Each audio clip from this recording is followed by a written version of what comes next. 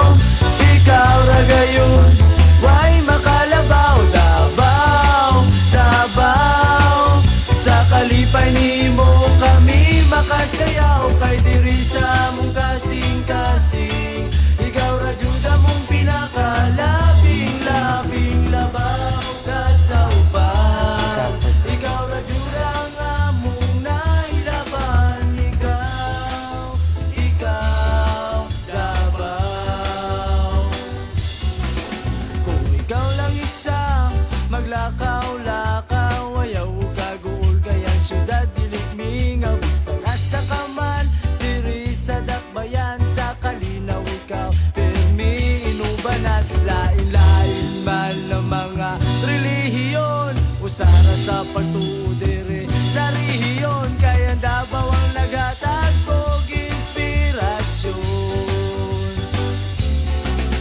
Davao, Davao, ikaw ra gayon, way makalabaw. Davao, Davao, sa kalipay nimo kami makasayaw, kay diri sa among kasing-kasing. Ikaw ra jud among pinakalabing-labing labaw ka sa uban. Ikaw ra jud ang among nailaban. Ikaw, Threat has been detected. ikaw, Davao.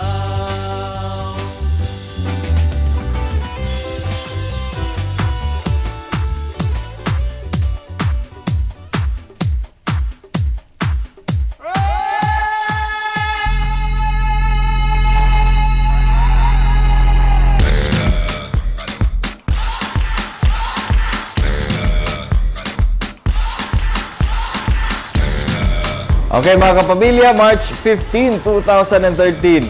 Mga kapamilya, bangon-bangon na, ugdungan natong sugaton ng adlong Biyernes, sugusa ka, Maayong Buntag, Mindanao. Siyempre, makalingaw kayo ang atong mga bisita karong buntag din sa Maayong Buntag, Mindanao. Kay kauban nato ang atong tinuig sab nga bisita kada araw ng Davao, ang atong mga kapamilya gikan sa Crocodile Park. Okay, pero mga kapamilya, mo ka ng mga tricks nga ilang gipakita no, sa mga klase-klase nga langgam din sa syudad nga makita lang sa Davao Crocodile Park. Pero mga kapamilya, pahinomdom lang sa itong mga estudyante nga karong adlaw dili pa holiday. Kaya ang official holiday sa araw ng Davao ugma pa March 16, 2013, adlong Sabado subay sa Republic Act number 7685 na nagdeklara nga special non-working public holiday. Tama ka, Hernelo, kay kagahapon pa lang, Thursday pa lang, daghan na kaayo nagsigtawag sa Facebook, sa atong hotline, sa landline, kay nangutana kung holiday ba karong adlaw. Okay. Officially, sa Davao City,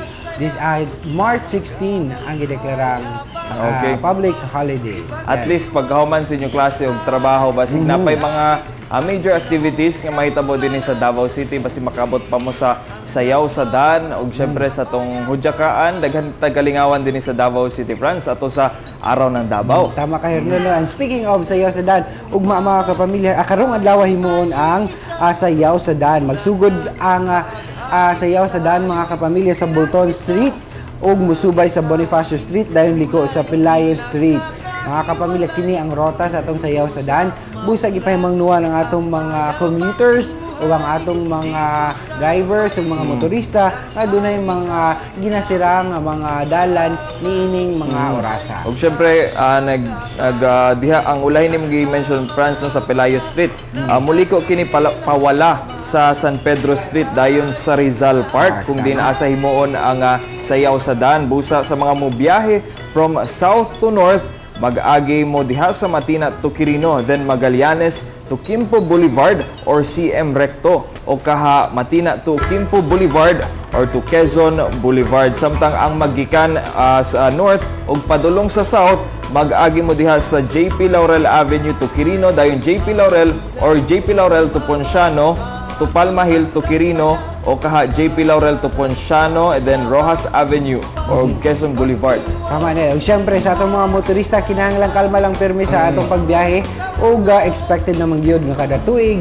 Doon ay mga rerouting ginapahigayon diya sa downtown area para sa atong mga aktibidad sa araw ng Davao. O busa sa itong mga na-mention lang, morning mga ruta nga dapat kaagian nila. Labi na sa Parada Davaoenyo, sa Yosadan din, naay mga road closures. Para malikayan ninyo kining mga road closures, syempre natin mga alternate routes nga kaagian. Tama. Siyempre, mga kapamilya sa Ronta, Claude, good morning. Unsa may plano ni mo, ugma, Claude? Rise and shine! Good morning sa tuwa ka pamilya. Plano ugma Saturday, right? Tomorrow, natay live coverage sa 76th araw ng Davao. Nata dito sa Rizal Park Gross. Busa sa tuwa ka pamilya, tutok sa ABS-CBN. And then pagkahapon ang kapamilya caravan. And napunta on Sunday, salamat kapamilya. Dagal kay activities ng ABS-CBN. Pero this morning, kauban po nato, as you have mentioned, kauban nato ito mga kapamilya gikan sa Davao Crocodile Park. O nga ito mga trained birds and animals nga nagpakita sa ilang mga tricks kaganiha.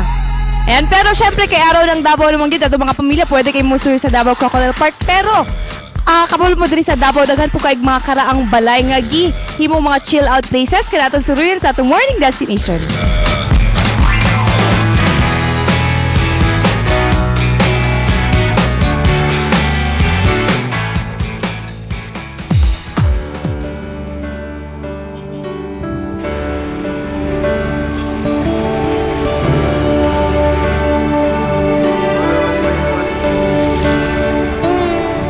Subay sa paglambo sa syudad sa Davao, ubay-ubay na pud ang mga building o establishments nga natukod dinhi.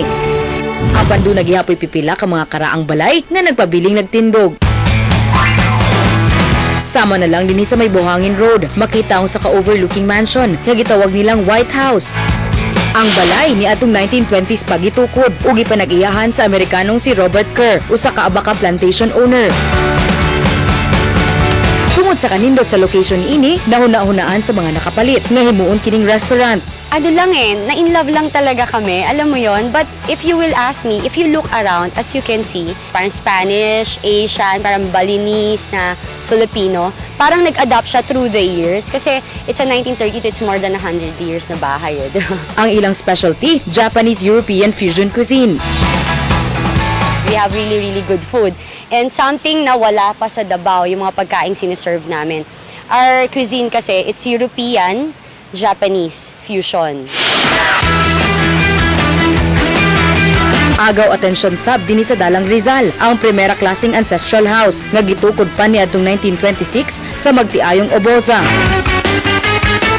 Karon nahimo na sab kining nag-unang laaganan, ilabi na sa mga young professionals. Buot sa mga bag-ong tag-iya nga masinati sa mga Davaoenyo ang dining experience nga murag nagakaon lang ka sa garden sa imong apuhan. She made an offer to Tita Tess na can I put our restaurant there? So we closed her old restaurant. Our old restaurant was Saluti. It was Italian cuisine. And then we made this Filipino-Spanish comfort food. Appeal sa ilang bestseller ang shrimp ceviche, nga twist sa atong usual kinilaw, diin ang pasayan, gibutangan og olive oil ug lemon. Ug kung mahilig mo sa beef, perfect sa try ang ilang beef tenderloin nga mahimo pang i-share sa imong pamilya o barkada. Dinisab sa Pelayo Street, makita ang 75-year-old nga balay nga Hispanic-American inspired. Gipabuhat kini ni Pedro Lat Sr. para sa iyang misis nga si Angeles Carriedo. Gani nakaukit sa mismong gate sa ilang balay ang inisyal sa magtiayon, simbolo sa ilang tamis nga panaghigugmaay. Ug karon na share sa magtiayon ang kalipay sa mga modernong Dabawenyo kay usa na kini sa mga nag-unang commercial area sa syudad. Ug perfect sab kini nga lugar para mag-chill kay napalibutan kini og mga cafe, pastry shop ug bar. The style of this property reminds you of being in like an Italian villa. So it's kind of nice to be here in the middle of Davao and yet feel like you're somewhere in another part of the world. Ang padayong pagpreserba sa atong mga ancestral houses ug uban pang daang landmarks nagpailalang sa pagpalangga sa mga Dabawenyo sa atong kagikan ug kultura. Ano si Morning Destination? Ako si Marjorie Dalipe. Ilog ka na